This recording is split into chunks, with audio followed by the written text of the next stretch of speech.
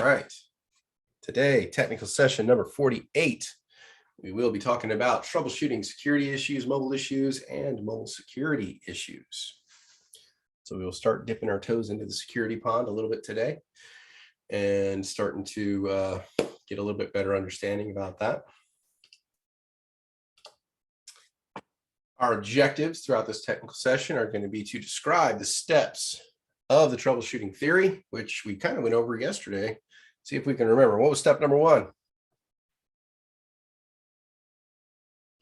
Identify the problem. Identify the problem. Somebody else, give me number two. Establish a theory. Establish a theory. Somebody else, give me number three. Test the theory. Test the theory. Somebody else, give me number four. Document it. Not quite yet. We're getting there.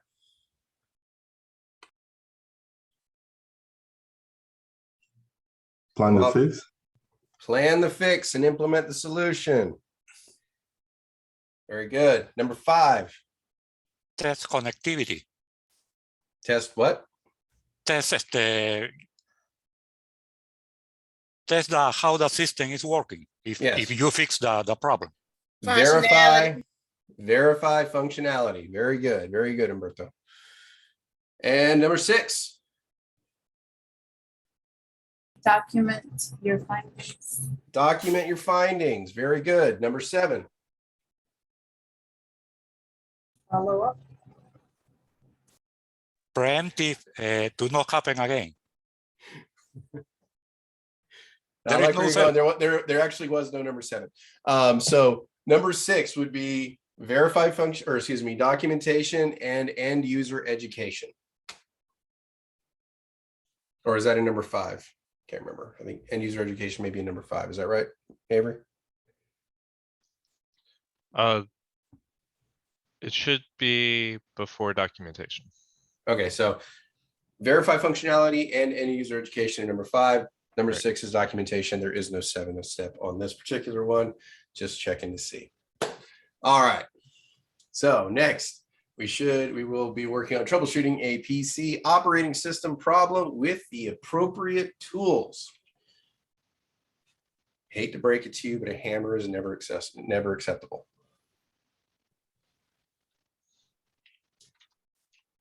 Now, next, troubleshoot common PC security issues with appropriate tools and best practices. So we'll start getting into security best practices today a little bit, and troubleshoot common mobile operating system and application issues with the appropriate tools as well.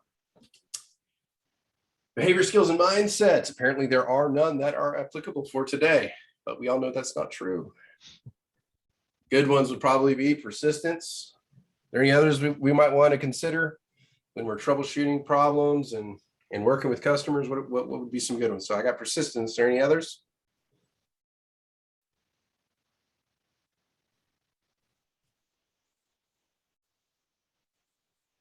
No? Something about maybe not being judgmental. Is that a behavioral skill? It's not one of the core ones we go over here. We have 8 core ones that we focus on while we're here. Adaptability. What was it? Adaptability. Adaptability. That's a really good one. Communication. Hearing some good ones there. Here, let me help out a little bit. Customer focus. Customer focus. Fantastic one. Fantastic one. Anything else we could think of? Personal responsibility. Personal responsibility. I like it. Good one. It's a good one. In truth,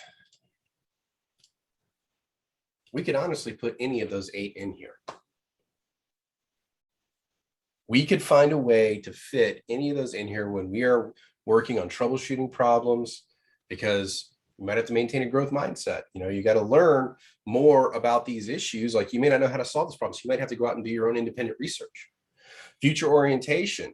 If I break a customer's computer now, I'm going to have to deal with that in the future. So I want to do the best I can right now to make sure everything is good, so that in the future, they'll want to come back to me. Customer focus. I want to make sure to take care of my customers. Otherwise, they will not come back the next time they have a problem. So pretty much any of the behavior skills and mindsets that we have in place, we could apply that to these processes and would be better for it. So very good. All right, troubleshooting theory. They've stretched it out a little bit, added a few things in here. This is just kind of a good skeletal framework to kind of build upon. And it's basically like they took the 6 basic steps we had, and they've kind of just expanded on them a little bit. So first, we're going to identify that problem. What are the ways we would identify problems? Start going to the sticks here in a minute. Ask open-ended questions. Asking open-ended questions. There you go. Question the user and identify user changes. Did they change anything? What were they doing right before this problem happened? Did they make any changes to the computer? Did they change any of their settings? You know, what has changed since the last time you had perfect functionality on this computer? Now, before we make any changes ourselves, we want to make backups, make sure that if something does go wrong, we can still recover from it. That all falls under that identifying the problem. Next, we want to establish our theory of probable cause. What could be causing this particular issue? If necessary, conduct an external or internal research utilizing the the knowledge base that you have in your corporation. If that is not sufficient for this particular problem, start reaching out, looking out, YouTube, Google. The more specific you can get in your searches, the better the results you will receive. The more generic, the least relevant they're going to be, and the more results you'll see. So becoming good at utilizing search engines. Test your theory. Determine that absolutely is the cause. So we would want to go through that step as well. Then once you have confirmed your theory, determine the next steps that you would take to resolve that problem. If the theory is not confirmed, go all the way back to establish a new theory. So you're going to skip back a couple steps, start over, develop a new theory. Now, after you've gone through this a couple times, you've done internal, external research, you've reached out to your teammates, and this does not help, you're not able to get any closer to the solution, you need to escalate it, especially if it is a time-sensitive issue. So you need to take into account the time that the customer is down. It's not a matter of ego of whether or not we can solve it. We need to get the customer up and running as quickly as possible. So know when it is time to be able to elevate that ticket to the next level. We'll have a technical session specifically based around that, but keeping that in mind, even if, if you're not able to solve it within 10 minutes and it's a critical operation, you need to hand it off to the next tier so that they can start working on it, especially if it is a business critical function. All right. If you have not needed to escalate it and you're able to move past this step, establish a plan of action to resolve the problem and implement that solution. So go ahead and perform the fix. Once the fix is done, verify that this has solved the problem that initially caused the customer to come to you. So you verify full system functionality and they are good and up and running. If applicable, put in preventative measures. If it was a user error, if it's something quick and easy, go ahead and educate the user as to why this happened and how to prevent it in the future. You have to be very diplomatic in this. So, bear that in mind, so try to throw in, yeah, I've done this kind of stuff all the time. I just have to, nowadays I learned, I have to remember to do this when I'm doing that so that I don't run into this problem again. Relate to them a little bit with regards to that education. If it's something more extreme where they don't know how to use that operating system at all, you may need to refer your supervisor and say, hey, this person in this department needs more training on the systems because they don't seem to be functional in moving around and being able to do their jobs. So you can refer them for more training. And then lastly, always document your findings, actions, and outcomes. So not only will it help you if somebody comes back and say, hey, what did you do to fix this? Or, why did you do these things? You have documentation explaining as to why. Also, if this issue comes up 2 years from now, you can refer to your previous documentation and say, oh yeah, this is what I did to fix this problem. So I can go ahead and jump to that conclusion rather than fight through this process again. Also, other members of your team will be able to benefit from your experience and knowledge. And if they come across this problem, they will be able to fix it. Questions so far?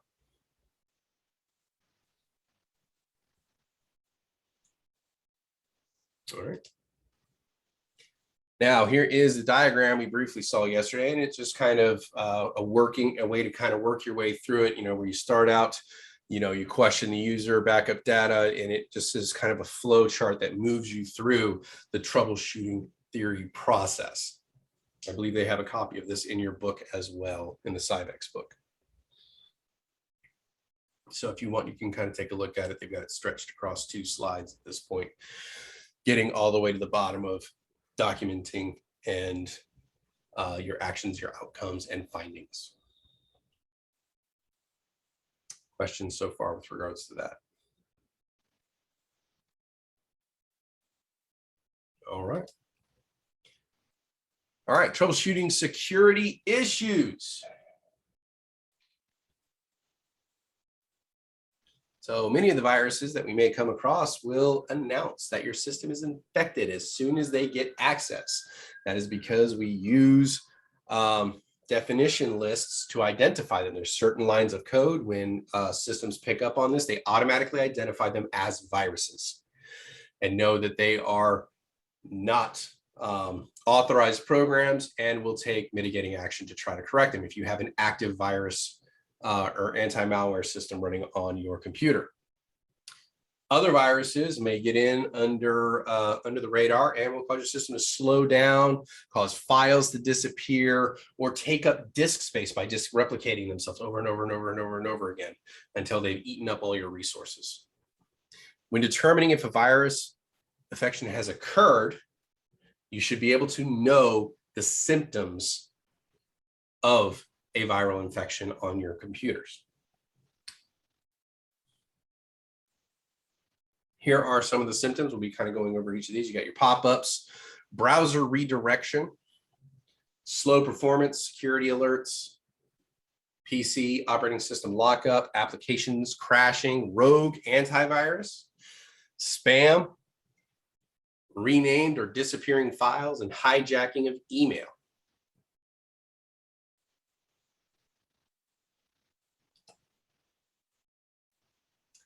Pop-ups.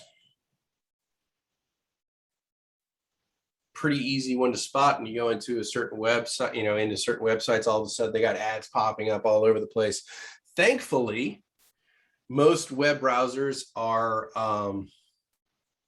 equipped with pop-up blockers to try to keep these under control. And typically you would have to authorize a pop-up to be allowed. Like if you're doing a sign-in at bank or into certain systems, it may want to do a pop-up window just for your sign-in. Or if you do sign in, it'll do a pop-up to get you to the next page of the document. You'd have to go ahead and auto allow that, or say yes for this website only, or this one time, stuff like that. So you do have pop-up blockers that would help prevent this. Also, some of them got a little bit creative, and there's pop-unders. So pop-ups will be in front of whatever it is you're working on, they'll pop up. Pop-unders pop up behind whatever it is you're working on. So you may not necessarily see them right off the bat. And if you're someone who never closes out your browsers and you always have them up and in the present, this can continually happen behind the scenes and you don't necessarily notice it happening. All right, next. Chill browser. out, what? Chill out, man. What? I was waiting for it. Stop targeting me. Targeting you? Yeah, I'll close my browsers, man. Chill out. You're gonna close your browsers? I didn't say anything. But I use really good browser options. Like I don't use Edge. I use anybody heard of Opera? See there? Don't even know about it. That's how cool it is. And so That's how secure it is. that's how secure it is. So maybe It's so one secure nobody knows about it. That's One an that- old website. I Hey. mean, web browser. So you say it's old? yeah, it's old. Yeah, nobody want to use it anymore. That's what I'm saying. I'm They, gonna they, get it, man. they call it browser for boomers. I'm gone. Let me go.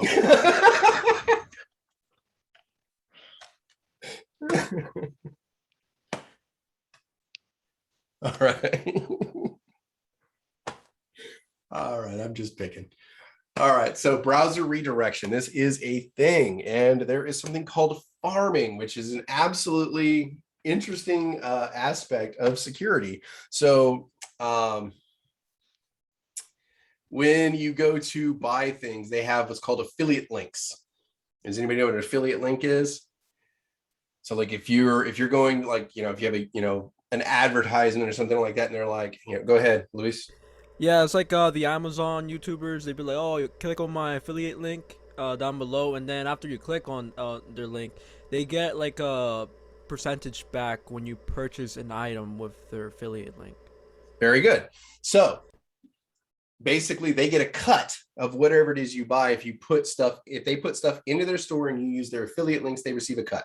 Now, hackers have picked up on this. So what they'll do is on normal advertisements across the web, like on Google and stuff like that, they will do a browser redirection. So if you're clicking on an item that you want to view, say in Amazon or what have you, and you go in and you go buy it, well, the price hasn't changed because of the affiliate link. It remains the same.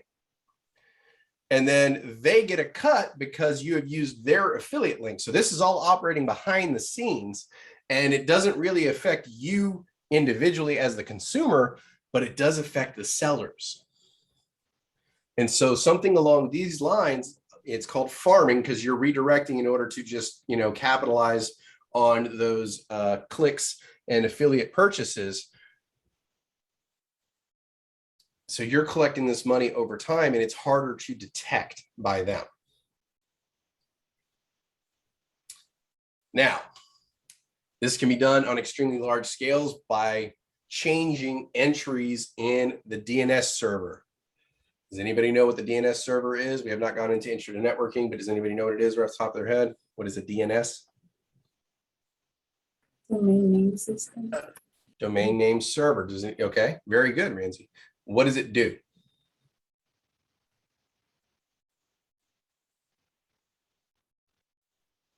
It provides a readable name for the website. Okay. It's the, oh, sorry. No, go ahead. Go ahead, Humberto. The DNS is like an address book. You put, for example, you look for Google, and DNS will translate it into the IP address. Very good, because computers don't see web addresses, they see IP addresses. Putting in the name doesn't make sense. So the name is associated with this IP. So if you go into a DNS server, this is basically just a giant phone book connecting those FQDNs or fully qualified domain names with the associated IPs. We carry kind of a DNS server around with us on a daily basis.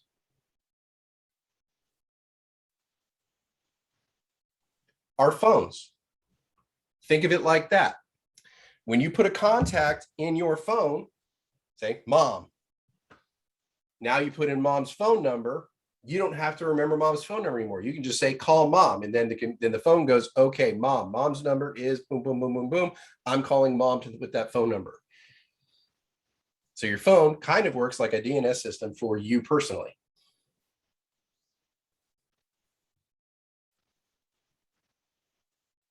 Just one way to think about it. So they have these public DNS servers that house a lot of this information. Hackers can sometimes get into these and change link locations to redirect you to their sites rather than the sites you're intending to go to. So that's where farming comes in. It is a type of attack. Now, get into slow performance. One of the things that can slow your systems down would be like viruses, worms, and other malware, because they're essentially robbing or chewing up resources in the system and making them so they're not usable for other things. Task Manager and Resource Monitor can be ways where you can try to identify programs that might be infected and that are using up way more resources than they should and slowing down the performance of the operating system. if the application you've identified is not a known program that you installed in the system and that's robbing you of performance, it may be malicious and should be terminated. But again, I implore you, if you don't recognize it, look it up to be sure, because it may just be an oddball name for something that is already installed on your system that you actually want to be there. So, questions so far on that? So browser redirection, if I say I want to go to, if I type in www.google.com and all of a sudden I pop over to Yahoo, there's a problem there. I'm being redirected. Slow performance, all of a sudden, I downloaded that funny cat video yesterday that my friend sent me. And ever since then, things are just taking forever to open up. I can't even get into my email. Everything's just running slower. You probably got a virus. Yes, Humberto. Yes, but sometimes when you think that you have a virus and you look for the program, the virus itself presents as legitimate. Yes, they do that stuff too. Yes, there's many different types of viruses. We will get into that. But yes, that is a very good point, Humberto. It may present itself as a legitimate program or attach itself to legitimate programs. Or a free antivirus, adware, spyware protection service. Let me just run a scan to make sure that you're good while I'm actually depositing the virus. Kind of like what Kelly did yesterday to some of you. Told you to download these files and store them. And it's coming from Kelly. It could be an email coming from somebody that you know or very close, similar to that, and you do it, and it's really not the letter. One of the letters is a number as opposed to a letter, and you not catch it, and you download it, and now they have you. They're looking through your cameras, right, Avery? Yep. Kelly's looking at each and every one of you. Yep. All right, security alerts. Some hackers will actually find it pretty funny to deposit something on your computer that issue phony threats to you. And it keeps people concerned or worried or things like that. And they gave a couple examples of this, the Good Time virus and the Arena virus. Both claimed that the viruses would do things that were impossible for a virus to accomplish. There was one we were actually talking about yesterday when we were meeting with Diego. He was bringing up one that I actually remembered because it wasn't an actual virus itself. It was just a program. It was back in the mid 90s or so. You would email somebody a program, and when they would open it up, it would say, "Do you want to delete all files?" And then you would go to try to click on no, and the no would keep jumping around. And then if you didn't do anything, all of a sudden it would slowly pull your mouse cursor over to yes, and then click it. And then it would show all of your files on your system just being like deleted, just like just all the files being deleted as you're sitting there freaking out and screaming at your system. And then at the very end, the whole screen would go black. And then in letters, it would just pop up and say, "Aren't you glad it's just a game?" And then the program would shut down. So sometimes there are things like this that are harmless, but meant for entertainment purposes to kind of either scare people, bring awareness to viruses, stuff like that.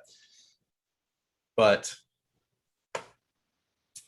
you need to pay attention to it. So sometimes when you receive a virus warning, you can verify the authenticity by looking on the website of the antivirus software that you use to be sure that that is one that they would use. Questions so far? All right. PCOS lockup. Sometimes the systems will just freeze and lock up. Simply, it stops responding to commands, stops processing completely. System lockups can occur when the PC is asked to process too many things, like having 57 browsers open, and at once, and there's too little memory to accomplish it. So when viruses get in and they start chewing up a lot of these resources and replicating themselves, this can have that same reaction. But if your system is just under normal load, you just have too many processes opening. If you do a reboot, this can solve that problem. If you have a virus, it won't solve that problem. You'll quickly run out of resources again because the virus is promulgating in the system again. So a reboot would help you test whether or not it is just normal system load that got a little too high, or if there may be a virus underlying it. All right, application crash. When applications start crashing, it's very important to try to isolate the reasons as to why they're crashing. It could be just compatibility. It could be hardware, like you don't have sufficient graphics processing for the application to work properly. Or it's meant for Mac and you're trying to run it on Windows. Or if it's actually malware that's stopping it from working. So your first step is to check your resource requirements, your compatibility issues, and just be sure that the system you're trying to run this application on is actually capable of running these programs themselves. Now, the other step is to look for patches and updates and fixes that might correct that issue on your system.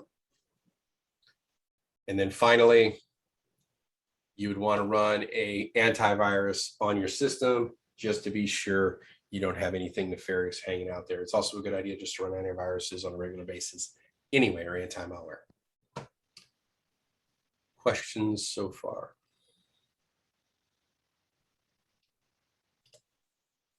All right. Rogue antivirus. One of the most ironic ways that they try to spread viruses is by disguising it so that it looks like an antivirus program. Like Marvin was just talking about, the free antivirus downware, like, yeah, just let us scan your system.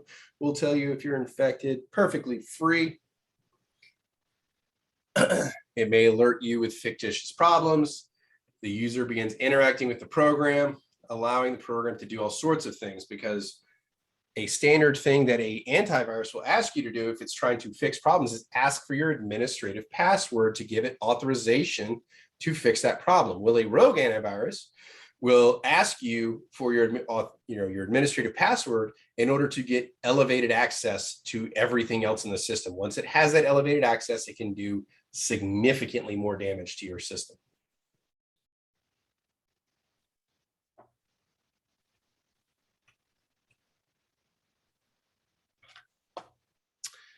Spam. It's basically defined as any unwanted or unsolicited email. It's kind of hard to see if you receive more spam than normal these days because, goodness gracious, you are constantly inundated with this stuff. Partially due to the fact that you're being tracked by cookies everywhere you go on the websites. Anytime you sign up for anything, like those fun little cards at the grocery stores or convenience stores or whatever that they have, they put you on distribution lists. So it's becoming increasingly difficult to determine whether it's spam or a legitimate email when you're receiving stuff from businesses. And some of the best ways to mitigate spam is through spam filters, although the strength of the spam filters can unfortunately get to the point where you are nixing out actual legitimate emails, and then unfortunately you have to go back and go through your spam folder on a regular basis, which then brings you to the point, why did you filter it out in the first place? So that is the never-ending conundrum. You have to find that level of spam filter that works for you, because you can put it as extreme as, if you're not in my contacts, I do not want an email from you. But then it comes down to like doctors' offices and stuff like that now use email as a way to kind of contact you, as well as text messages and stuff like that. So you might be blocking legitimate stuff that you need and not realizing it because you've had such an extreme level of spam filter put on. Or you could go down too low and you get 3,000, bless you, Ramsey, you get 3,000 unwanted emails in your mailbox every single day. So you have to find that fit that works for you. Questions so far? Yeah, I have the same question that Janina asked. So are those antivirus things that are free, are they bad or not? For the most part, you remember what we were saying at the very beginning of the class? What do we say if it's free? I'm the product. There you go. You're the product. So if it's free, you're the product. Are there free antiviruses out there that are decent? Yes.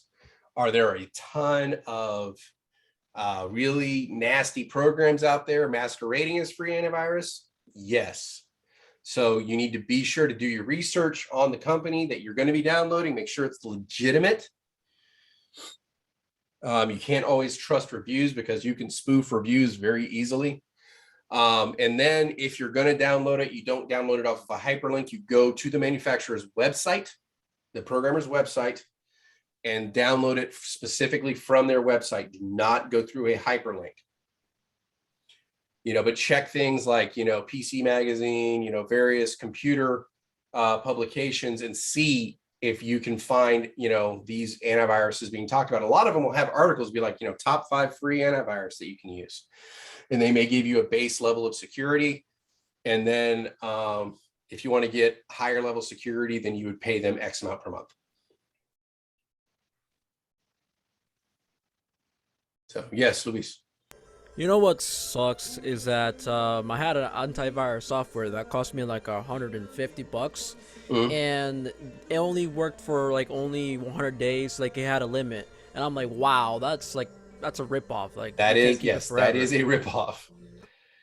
So yeah, you have to pay attention to contract functions. Some of them may allow you only X amount of scans for the money you spend. So we got to pay attention to the terms and conditions. Huh? Kelly, I know you want to have your standalone antivirus anti-malware program, but a lot of the big internet companies have a package that will allow you to take advantage of antivirus programs because you are a member or a subscriber. So you can try to, and that's free. You just got to sign up for it.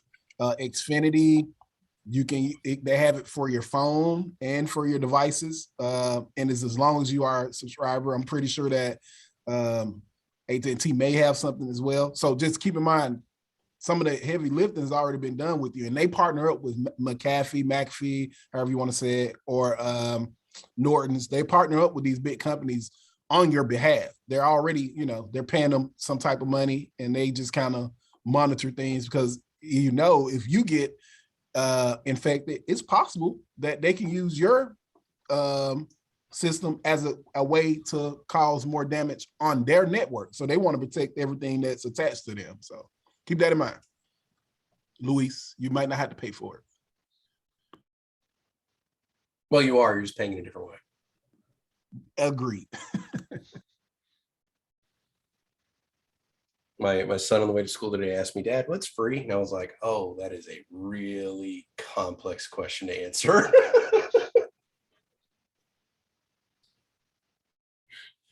I was like, I guess it means you don't have to give any money for it. And he was like, well, so I could just go up and take it. I'm like, not necessarily. Sometimes the cost may be time. Sometimes the cost may be you buy something else, and then they give you that as a part of it. So trying to explain what's appeared to be a simple question on the surface.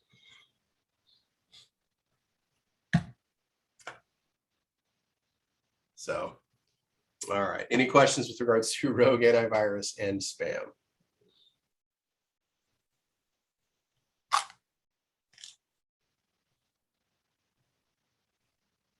All right, moving along. Renamed or disappearing files. This one may be tough to detect right off the bat. It may just start going through files that you don't use on a regular basis, renaming them to something else, making it harder for you to find them. Tax documents, spreadsheets that you use for work. If you do certain things for quarterly reports, so you only touch them once every 3 months, it may be 2 months before you recognize the fact that these files have now been renamed. So when you go to search for these files, they're no longer there anymore. They're still on your computer. They're just named something else. And then you have disappearing files. Well, it'll go through and delete key files on your computer and get rid of them. So essentially trying to cause confusion, and damage to your system and to your life to a degree. So, you know, if you use your computer for work, this can massively disrupt your ability to do your job. It could expose customer records, proprietary information, all that kind of fun stuff. You're no longer, if these files get renamed or removed, you're no longer able to kind of function as need be. It may do this to operational files, you know, so it may rename or remove files that are key for your operating system to work. So if it renames something in your DLL file, your dynamic link library, if you're trying to connect to certain pieces or run certain processes and it tries to go look for that file to understand where to go, that file is not there and it causes a system crash. So that can be very damaging if this starts to occur. Hijacked emails. It's one of the easiest ways to kind of spread malware throughout multiple systems is if you receive an email from somebody you trust and it says, hey, download this link, you know, it's important, maybe you should look at it, especially if you get into companies and you see an email come from somebody in HR saying, we need you to fill out this document so that we can maintain your health insurance. You click on it, you go in, you put in your personal information, voila, they're now able to steal your identity.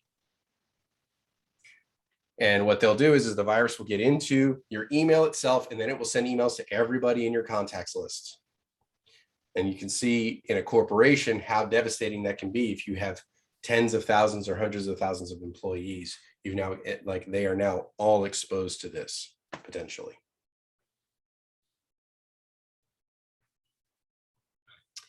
Now, best ways to prevent this particular one is end user education. You need to teach people what to look out for with regards to emails. You need to look out for bad grammar, misspellings. Make sure the email itself is coming from who they say it is. Look for minor changes in the spellings, like letters flipped around, the period being in the wrong place. Little things like that will tell you that it is not a valid email, because sometimes they just try to get as close as humanly possible to be able to see it. Now, with regards to the grammar and spelling, that works for everybody unless you receive an email from me. If you receive an email from me and it does not have any spelling or grammar errors, it's probably fake. So, Kelly, I got an example. I literally questioned the email that came from Generation. So I went through the program, and I mean, I haven't heard from anything in months outside of Gen Connect and the things that I'm used to seeing. And all of a sudden they said, hey, Generation alum, you can get a $20 Amazon gift card if you do this survey. I said, yeah, y'all think y'all. I said, okay, okay, this is cute. I said, this is cute because I'm not doing it. So I emailed the lady that was a part of my cohort on the admin side, and I was like, hey, are you sending emails? She was like, yeah, make sure you fill it out. It's from us. It's legit. I was like, okay, because I wasn't going to fill it out. Then I talked with Kelly, and Kelly said, yeah, I got one of those a while back too. So, I mean, would I have been as cautious prior to this cohort? Nope. I was like, $20 Amazon gift card, I can use that. You know what? You know, just go ahead and do it. But no, my antennas was up because it seemed like, why are they giving me more? They've gave me my A+ certification. Why are they giving me $20 more? Then I think about it. Time is money. They wanted me to do a survey, which I did. And in turn, I received that $20 Amazon gift card, which I used to purchase. Oh, let me show you. I keep hijacking, like the email, I keep hijacking Kelly's Way to tie it all in, Mark. I know, man. Check me out. You see it? Yeah. I'm about to do this.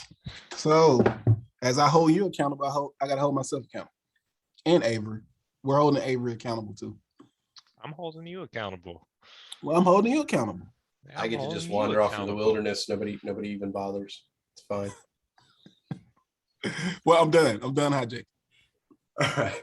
The other thing is interestingly, generation. That is one of the most common comments we get when people who first come to generation is like, I thought it was a scam. You know, when they're signing up for the program, because it's like, you know, hey, we're offering free training and free certifications, you know, come just sign up here. It was like, yeah, I thought it was a scam. I was in that boat too. And had it not been the fact that I was like at something for like, there was like a lecture on social media marketing or something like that. If I was not at this lecture, and then the lady who presented it was from the AARP. So she's from a well-known and respected organization. Had it not come from that source, I probably wouldn't have looked at it twice.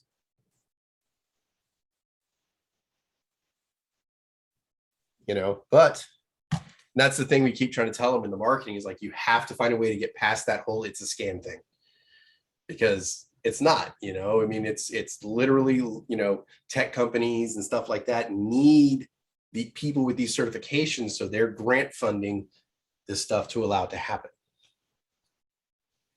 So It helps that they have backing from Verizon now. yes, they did help. And originally, I think it was just government grant funding originally. And then it built, and they're starting to get more and more people investing in the company and building it so it's able to expand very rapidly, because it was only in like 2 or 3 cities originally. And it's massively grown. All right. Next, we're going to get into some security tools.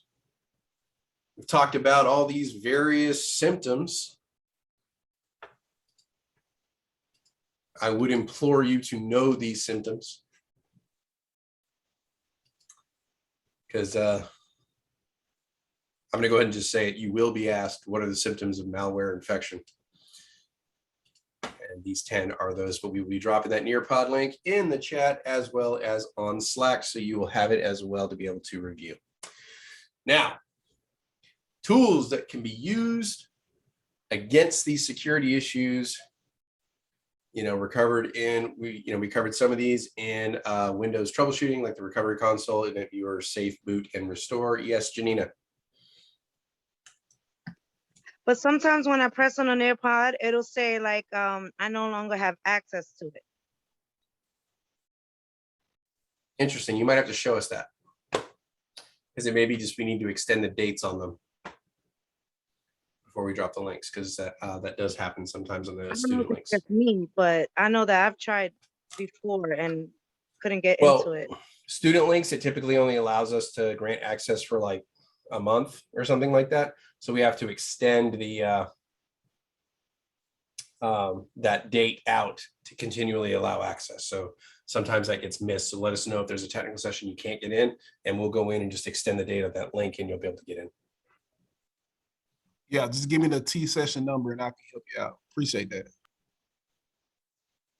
So, and make sure it's the student links that we're giving in Slack, not the ones that we put in here for the live participation, because those are 2 different links.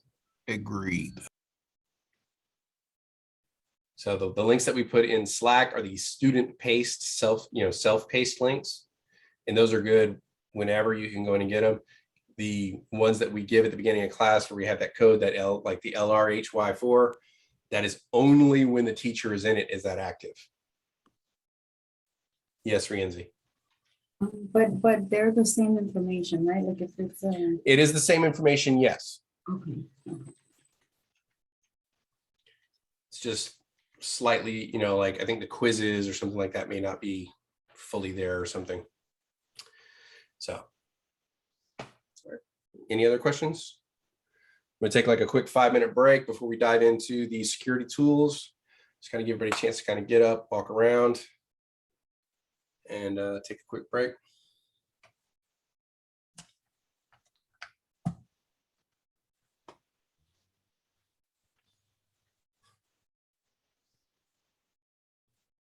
So,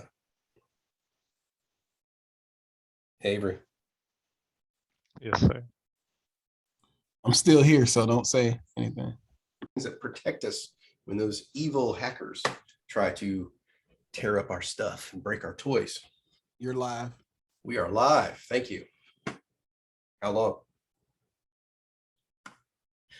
All right. So many of the tools we talked about some of them yesterday with Recovery Console, Event Viewer, Safe Boot, Restore, all that kind of fun stuff.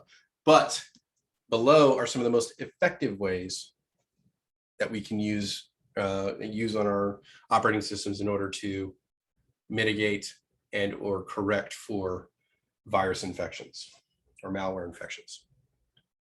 Antivirus software and anti-malware software, the terminal or command line, and system restore and snapshots.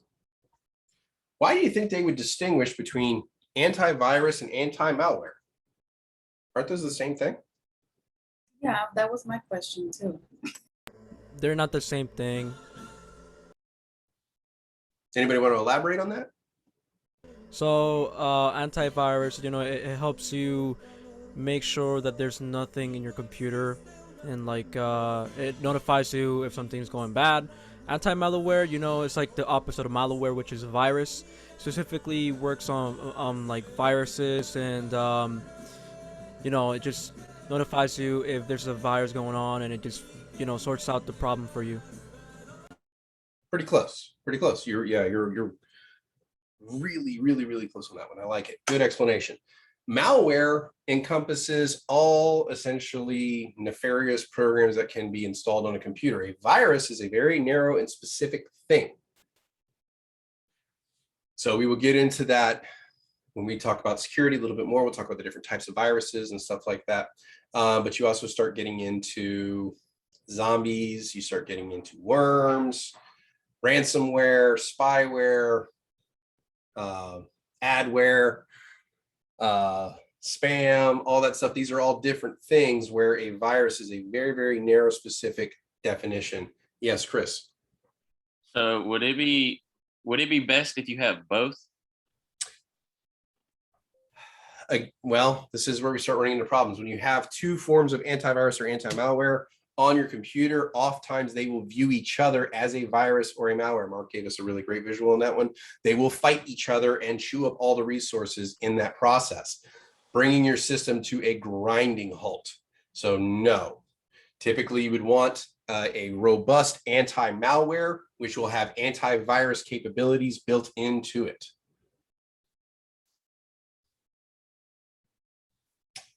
All right, yes, Umberto. Yes, if I run into virus and use the restore, for say, if the virus has affected system files, still restore will mitigate it? Well, if you do the King method, yeah, you can, use that as a way to get rid of the virus, but it also gets rid of everything else on your computer. The problem with using like a snapshot or a previous version is if it has infected your system files, it has now also infected your restore points. So what happens is it'll get in there and then it will go ahead and create a restore point itself. So when you go to that previous restore point, you still have the infection. So over time, the people who are writing these viruses have gotten very, very creative, and they build upon each other's work.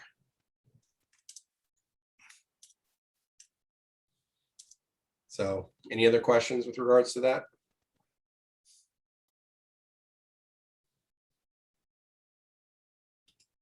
All right. First, antivirus software. It's kind of a preventative maintenance. And if you're connected to the internet, it's definitely something you want to have in your toolbox.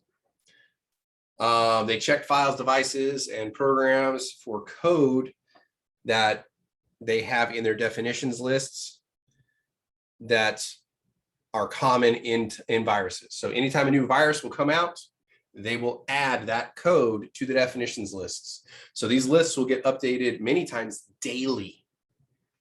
So you want to make sure you keep these lists up to date. If you go 2, 3, 4 weeks without updating those definition lists, you could have tens of thousands, if not more, viruses that your system would not be able to recognize. Viruses come out at a very, very rapid pace. So it is essentially, we need to stay on top of it as much as possible. Antivirus, for the most part, if it's active, runs in the background, examines all file activity on the computer to see if any of the code being run resembles what it is trying to detect or something that it knows should be blocked. When it detects serious activity, it notifies the user of the potential problem and says, you know, hey, look, we found problems with this file. What do you want us to do about it? Do you want us to quarantine it? Do you want us to delete it? How do you want us to handle this situation? So a lot of times it will give you that option to see how you wish to proceed. Many well-known viruses down below, McAfee and Norton being two of the most known. Kaspersky, I honestly had never heard of that one until I came into this class. Marvin said he had been dealing with it for quite some time. Panda and AVG. So just some commonly used carriers for that. Now, anti-malware programs are kind of like a superset of scanners and stuff like that. So it looks for things other than just viruses. Windows Defender happens to fall into this category where it looks for different types of things. And then it also, you know, will include a spyware detector, or companies or hackers essentially downloading stuff to your system so that they can monitor your activities, try to glean credit card information, personal information to steal your identity of not just you, but other people who may be associated with you. Can they use you to infect other systems and then thereby spread and get active, you know, name and information from other people along the way? All right. Terminal.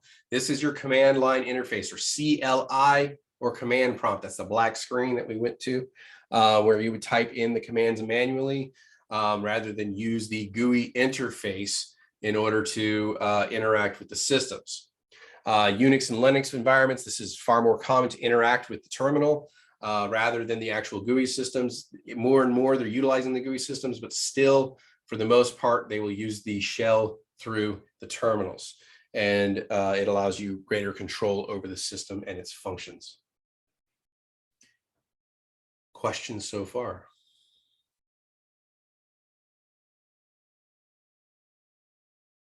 Yes, there actually is anti-malware for cell phones at this point. Your phones can contract viruses. Many people aren't aware of that. They are computers.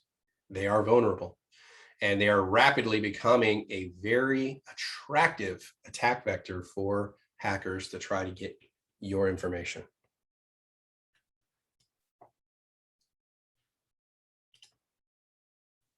Nobody's safe. I'm having a bad effect on you, Marvin. You are. All right. Restore point and snapshot. A restore point essentially is a copy or a snapshot of all the system configurations you have at a particular point in time. Now, this doesn't mean it is a bit-to-bit copy of everything that's on your hard drive. This is a copy of all the settings and files that you have. So if anything was changed, you can go back to a previous setting and have that corrected.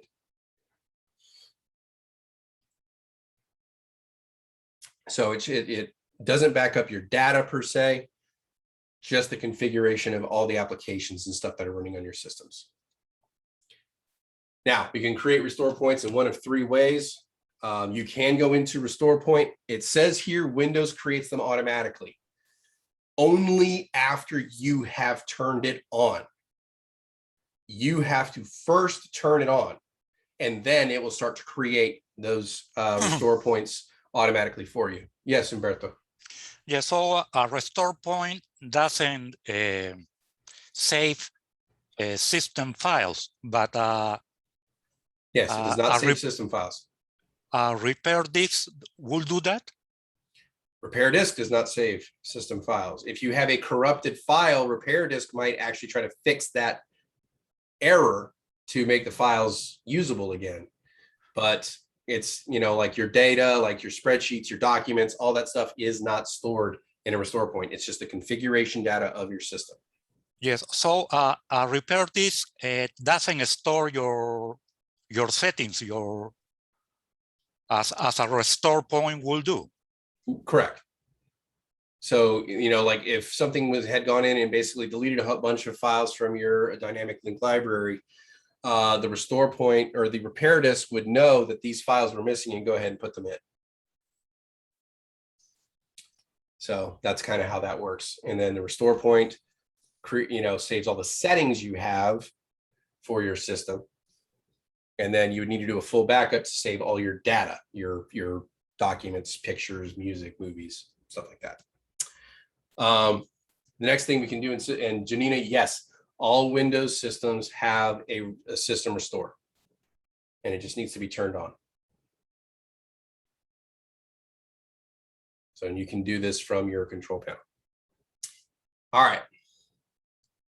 Second way we can do this is we can manually create a restore point, which is a nice thing to do if you're about to install a new program, if you're about to go through a major update of an operating system, or anything that might be a drastic change to the system.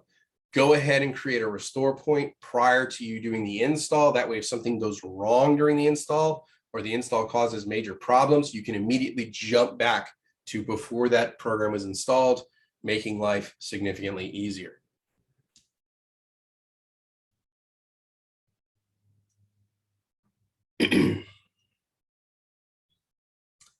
Questions so far about restore points?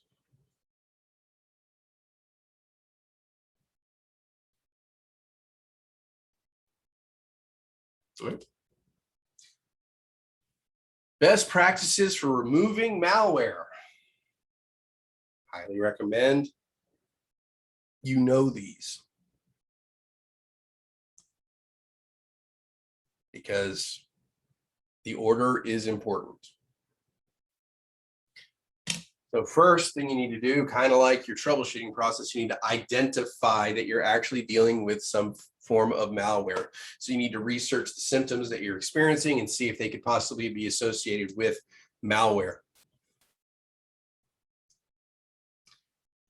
The very next thing you need to do is you need to, quarantine the infected system. Get it off the network immediately, because you do not want the infection to spread. So you get the infected system off of the network, isolate it, so that it does not have communication with other systems, so that you can begin to proceed. At this point, you would disable system restore, so the virus or malware does not try to create a restore point for itself, so that you can go back to a previous setting and reinfect the system. So you disable it at this point. And then you would go ahead and remediate the infected systems, running it through your anti-malware with the latest definitions up to date, and using appropriate removal techniques. For certain types of viruses or malware, the only option you have is to perform the King method, because if there's any trace of that virus left behind, it will fully reinfect the system. So your only option is basically to start from scratch. So you have to fully remediate the system and reinstall from scratch. Is this different for phones? No, it is not. This is a standard protocol for malware infection. But keep in mind with phones, like with the iPhone, once you realize that it's acting wonky, which is a word that you should not use right now, being that you are in ITSS week 3, you will just plug it up to your computer and do a restore from a backup. And that'll take it back to how it was prior to that, Diaz. I see Pozo, I see your hand up. What's up, sir? Yes, I would like to know if a system image stores system files. Yes. Yep. But not your data. Right. You can create an image with the data on there, but for the most part, that is the settings and versions and stuff like that you want to install, with all the configurations and access that you want that system to have. And typically, IT workers will create what's called a golden image for their for each one that they have, which means it is like they've shut off all the ports they need to shut off. All the security measures are put in place. All the settings are exactly the way they want it. And this is the image you work from this point. When updates come out, you test those updates, and then you will update and create a new golden image to replace it. And I'd like to add, Kelly, for the phone question, it's always like super important to have, like, you can back up all your data to the cloud. So if you get to the point where you have a virus or malware on your device, you could just do a factory reset, and then you have all your data already backed up on the cloud. You And know, you can worst just case download it back to scenario. your phone. Yeah. Yeah. Good call, Avery. Thank you.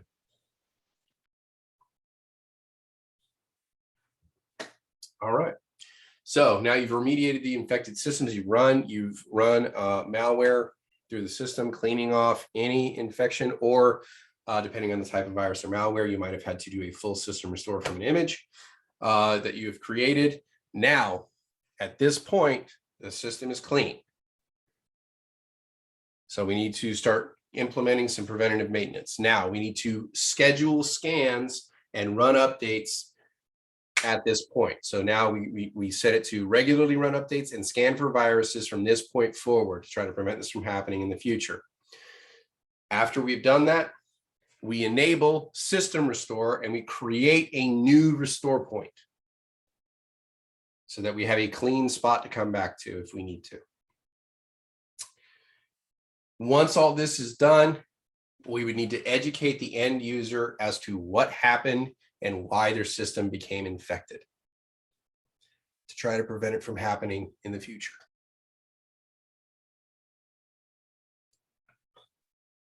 Because much like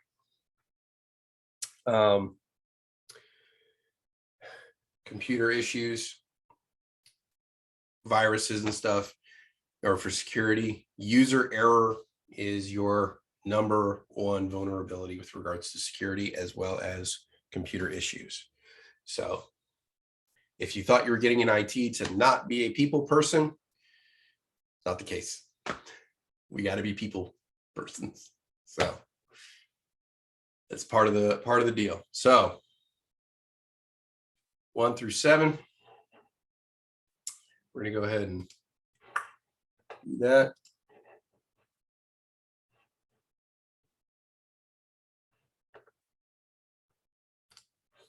So what is the first step of malware mitigation? Identify the problem. Pretty close. We want to identify that we have a virus, right? Or that we have malware. Yeah. So Identify through and research and going through symptoms. malware. What do we do after we've identified that we have malware? We know we got it now. What do we do? Quarantine our. Let's see. We quarantine infected systems. Quarantine the infected system. There you go. It's number 2. What's number 3? Disable. Shut down the network. Disable system restore. Yep. There we go. Disable system restore. All right. What's number 4? Run your antivirus. System. Sorry, what did you say, Chris? Remediate the infected system. Very good. Remediate infected system. Run your anti-malware, antivirus. Make sure you're running with the latest definitions.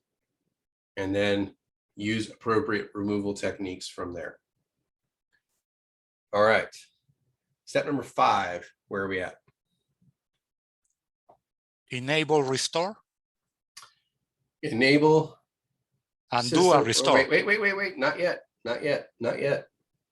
Scans and updates. Schedule scans and updates. Schedule scans and run updates. Very good. Thank you, Mark. So now that's number 5. Schedule scans and run updates. 6, what would they say? Do a restore. Enable system restore and create a restore point. There we go. And number 7.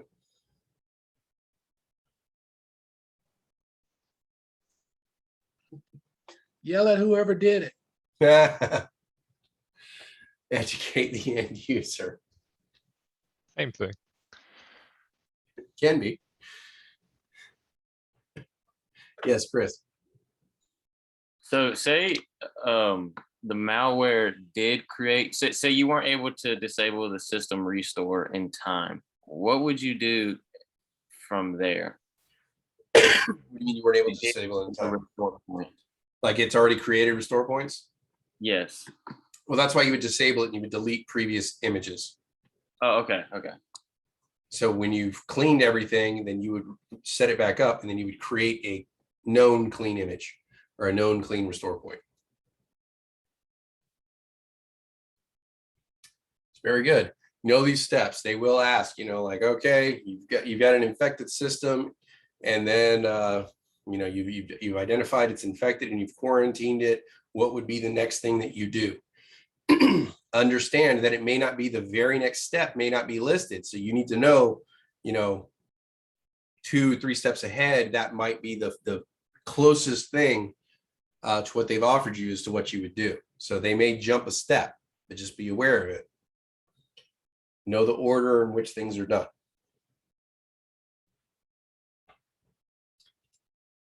In 1002, they love to ask about this one. All right. There we go. Tools to approach mobile issues. So these are the tools and techniques we would like to use when we were talking with our cell phones and other mobile devices in ways to kind of help us protect and mitigate against issues. One of them is the hard reset. You also have the soft reset. Close running applications or force stop. Reset to factory settings, and or uninstall and reinstall apps.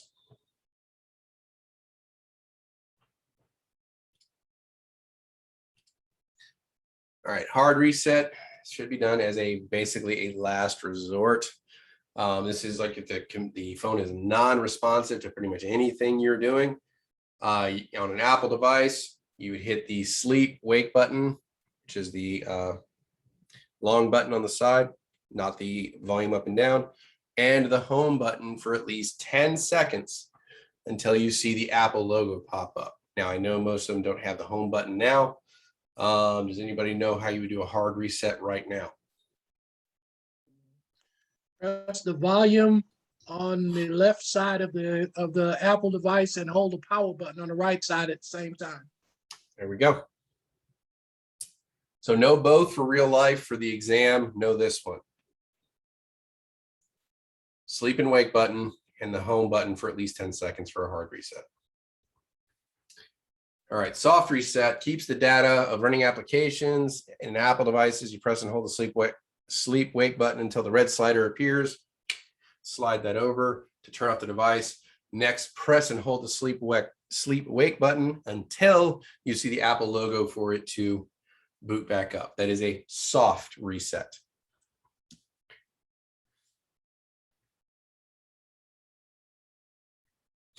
All right. Other thing you can do if they are freezing up is you can close running applications or force stop them. It's useful to preserving battery life. Avoid using unnecessary data. That's the little sneaky thing they say, where you say like, well, can this one use cellular data? And then you'll check that box only when I'm using it. But then you don't realize that sucker's running in the background nonstop until you actually close it.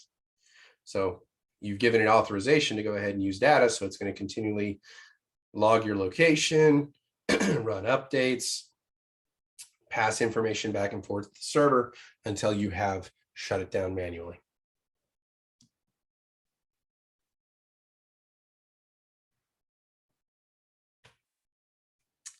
So in the older iPhones, you'd hit the home button twice, find the desired application, and then you swipe it up to get rid of it. Now, I believe on the ones that don't have the home button, you drag your finger from the bottom left up towards the upper right, and it'll show you a cascading list of all applications that are open, and you can swipe up and close them all down as you see fit.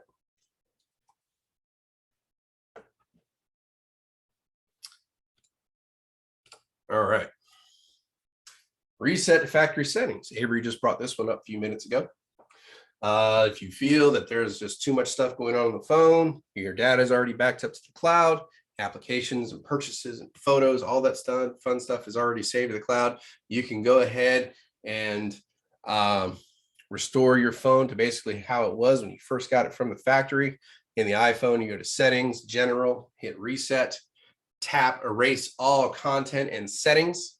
In the Android, you press and hold the home button, tap volume, and then select wipe data factory reset with the volume keys and tap the power button to activate it. This will bring you to a clean starting point. And then you can download your information back down from the cloud and you should be good at that point. All right. Uninstall and reinstalling applications. Sometimes apps, if you haven't been using them for a while, might as well go ahead and delete them, free up space on your phone, because it seems like 64 gigs would be a lot of space, but we seem to burn through that pretty quickly nowadays. So if you're not using it, you haven't touched it in a few months, go ahead and erase it. Thankfully, the Google Play Store and the Apple Store, for the most part, will maintain records of your purchases, so you can just re-download them later if you so choose.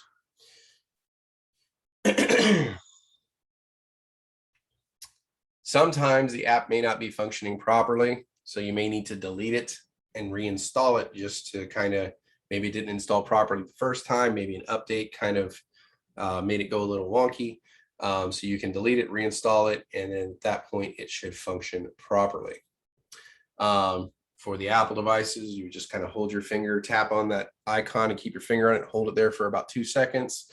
The icon itself will start to shake. And then when that's done, you can tap the minus symbol on the top left, and then it'll say, are you sure you want to delete this? And you can say yes, and then come back later, reinstall it, and you should be good at that point. All right. Ellie, would you like me to take over for you? I would love a drink. Wait till after hours for that. Well, it's apple juice, I swear. All right.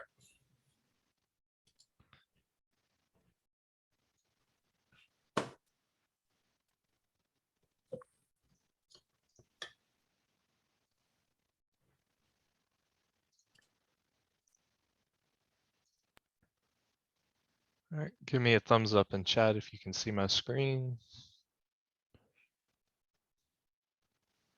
Awesome. Sure, I got my chat up. All right. So troubleshooting mobile issues. The following symptoms of problems are common with mobile operating systems and applications. So we could have dim displays, intermittent wireless, no wireless connectivity at all, no Bluetooth connectivity, can't broadcast to an external monitor, have a non-responsive touchscreen, apps aren't loading, slow performance, unable to decrypt emails, frozen system, extremely short battery life, no sound from speakers, overheating, and system lockout. So let's go through them. All right, our dim display. Light can quickly drain a battery on mobile device, and thus most of them include the ability to dim the display both manually and automatically after a period of inactivity. There are also the cases of, it's called, I think, night light or night mode, where after a certain period of time, the display will turn off some of the blue light, so that way it's easier on your eyes. So that way it's not like blasting you at night. So if you have a dim display, you can go into the brightness settings and change them that way. If your battery drops below a certain percentage, sometimes it'll automatically dim your display as well. Then there's also an auto brightness feature where, depending on how much light it's the phone is receiving, it'll display it'll change the display accordingly. And so it happens to me all the time watching a video on my phone, and when I'm holding it, I'm covering up the little camera, and so it thinks that the light is very dark, when in reality I just accidentally covered the camera. So that can be reason why your display will just dim randomly. Any questions?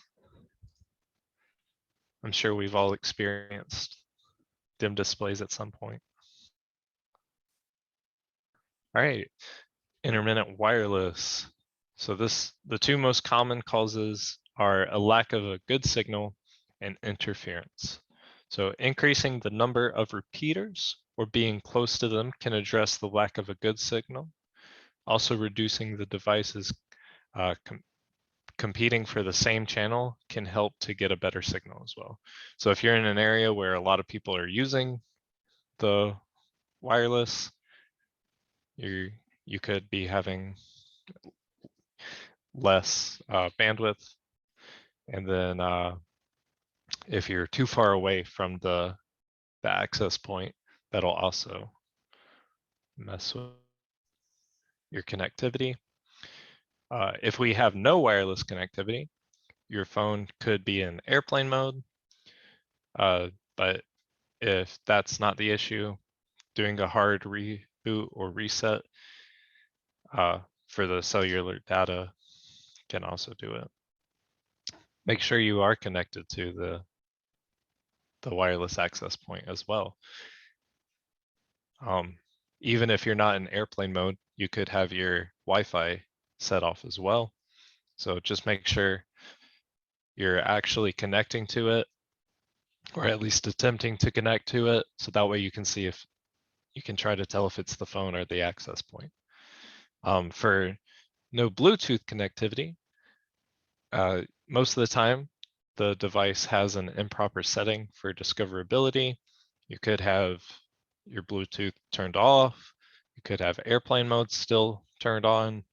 There are a lot of different reasons why your Bluetooth isn't working.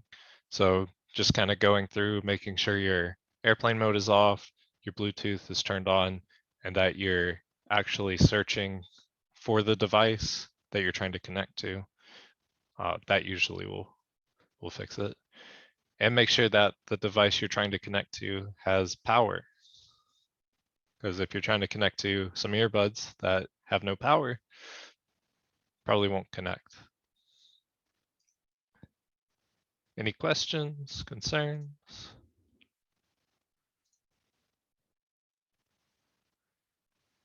All right. So if we cannot broadcast to an external monitor, connecting to a monitor should not be problematic if auto detection is working. Also, smartphone and monitors need to be compatible. So make sure you're actually trying to connect to a smart monitor or to a receiver in the monitor itself. And you can always, Google to see if your phone is compatible with whatever device you're trying to connect to. If we have a non-responsive touchscreen, so if the touchscreen becomes non-responsive with a mobile device, the basic steps are remove any added case or screen protector that may have been put on the device, clean the screen, and then restart the device.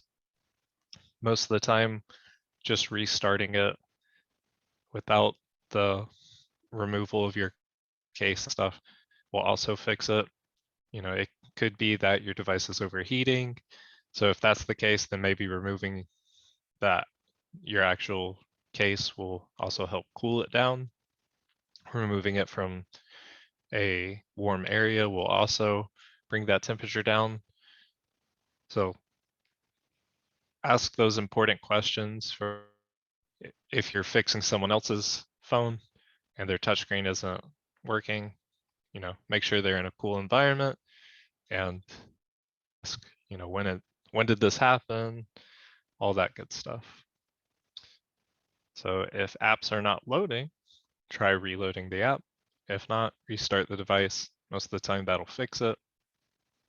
You can try uninstalling and reinstalling the app.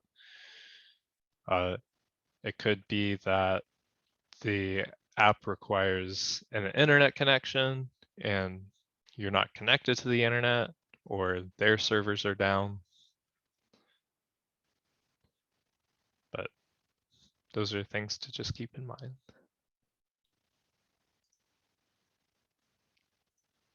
All right, slow performance. So close running apps and try to liberate some space or restart the device. If you have a million apps running in the background, that's going to slow your device. So close apps you are not using. If you have used your GPS to go across the state and you don't close out your GPS, that's going to be running on in the background, and that'll take up a lot of space. So make sure you close out of those.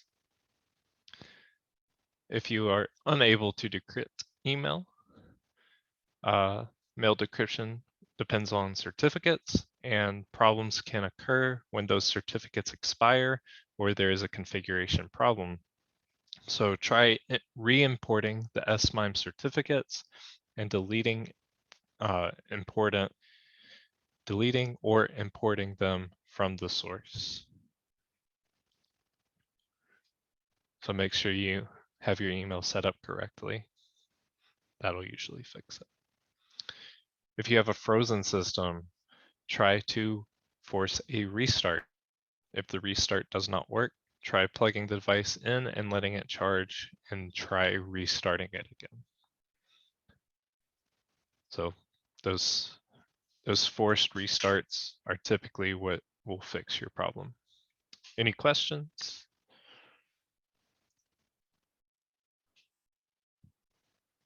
All right.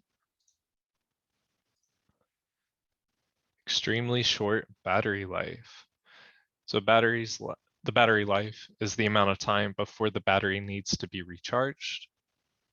The lifespan of the battery is the amount of time before the battery needs to be replaced. So some tips for increasing that battery life are to keep your operating system updated, avoid too high or too low temperatures, turn off location-based services, disconnect any peripherals, and quit applications not in use.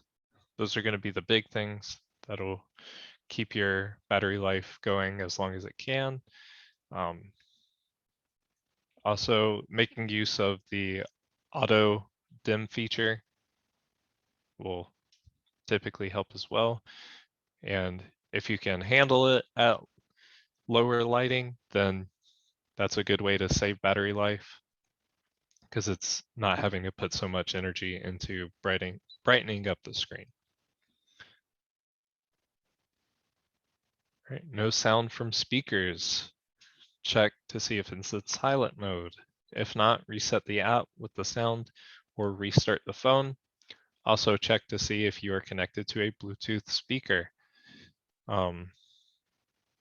If you're connected to some earbuds and you're trying to play music from your phone, it's not going to come out of your phone, it's going to come out of those earbuds. If you're connected to another speaker, then the same thing. And then you also have the case where you think you're connected to your earbuds, but you're not connected to anything at all. And it's actually coming out of your phone very quietly and not to your earbuds. So just make sure you're connected to the proper device or not connected to anything at all. And then check to see if your volume's up. It's almost always a simple fix. Right, overheating. Most devices tell you when they need to cool down before they can continue to be used, and they will automatically take measures to protect themselves. So some tips to avoid overheating: avoid too high or too low temperatures, Avoid having the phone in direct sunlight for extended time periods. Avoid leaving the phone inside a hot car in the summer. Avoid leaving the phone on top of a heat source. And when the devices overheat, help it cool down quicker. So keep your phone in a relatively cool space. If you're outside, try to keep it out of direct sunlight. That'll typically keep it from overheating. Also, if you're running like your GPS and music while you're driving, that can cause your phone to overheat because it's doing too many things at once. So if you have one of those phone stands, if you can put it in front of your air conditioning, that can also help cool it down. All right, system lockout. This can be the result of the device being disabled and forgetting the passcode or many other possibilities. So make sure you use a passcode that you remember. If you use the face lock and it's not picking up, having that backup password is handy, but just don't forget your phone password.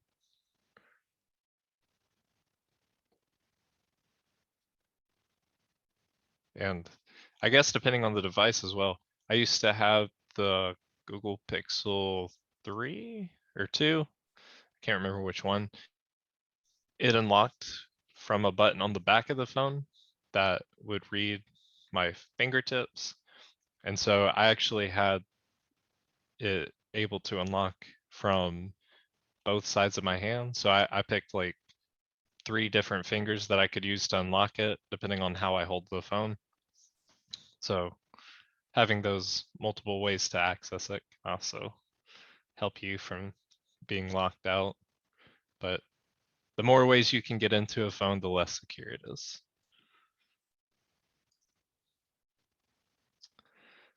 All right. With that being said, let's get into some mobile security. So the following is a list of common of problems with mobile operating systems, application related security issues. So we have unintended Wi-Fi connections, unintended Bluetooth pairings, leaked personal files and data, unauthorized account access, unauthorized location tracking, and unauthorized camera microphone activation.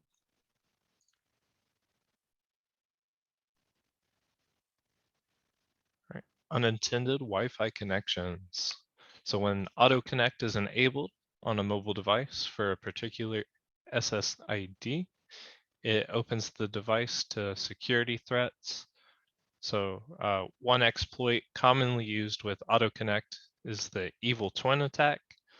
And the Evil Twin wireless access point simply uses the same SSID as a valid wireless access point. And so your phone might accidentally connect to that, giving them some access. Unintended Bluetooth pairing. When anonymous devices are allowed to connect to Bluetooth-enabled devices, this is known as unintended Bluetooth pairing. The device paired can gain access to information stored on the device. If you've ever lived in an apartment or lived on a campus in college, you might have a bunch of printers and speakers that you could connect to from your phone. This is an example of unintended Bluetooth pairing. I'm sure that the people upstairs did not want to listen to some music or videos that I decided to play for them because they left their devices unsecured and easily accessible from anybody with a connection. And you can also connect to their printer so you can print funny pictures out for them. Lots of good stuff that you can do through unintended Bluetooth pairing. So make sure you sure that your devices can only be connected to from like your devices. Kelly, did you want to add to that? Well, yeah, there's 3 different levels of Bluetooth attacking. It's like they call it blue sniffing, blue snarfing, and blue jacking. Sniffing allows it to essentially see your data, see your contacts and stuff like that. Snarfing, I think, allows them access to your contacts. And I think they can make calls and stuff like that. And then blue jacking gives them like administrative access to your phone. So there's like 3 levels of Bluetooth attacks that can happen.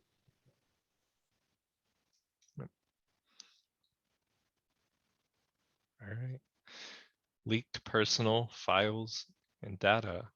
So when authorized users access devices through unintended connections, or unauthorized users access absconded devices. Kelly, quick little vocab lesson. What does absconded mean? Let's call it borrowing without authorization. Yeah. Okay. 5-finger discount. Gotcha. So with that, they can access the data on the device. Multiple layers of security should be implemented to include data encryption and mobile device management.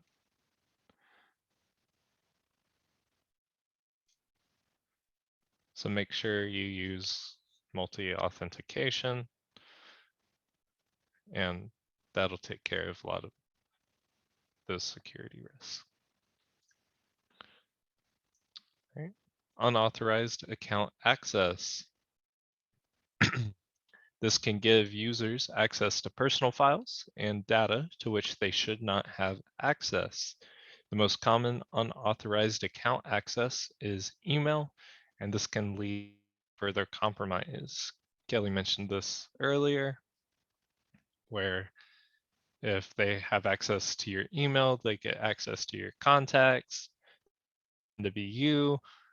And if one person, clicks on that link that they send out, pretending to be you, that can give them access to their account, all their contacts. They just keep spreading and spreading. Unauthorized location tracking. While location-based data can be very valuable when you are using maps and trying to find sites, it also can give away sensitive information if accessed by someone who should not have it. I mentioned this way earlier, but Snapchat has that feature where it shares your location to all of your Snapchat followers. And I don't know about you, but I don't want every person I know to know where I'm at all times. So turning off those permissions is important. Unauthorized camera microphone activation. So the camera and microphone can be activated remotely and allows a malicious individual to spy on you. When not in authorized use, the camera and microphone should be covered. Let's see.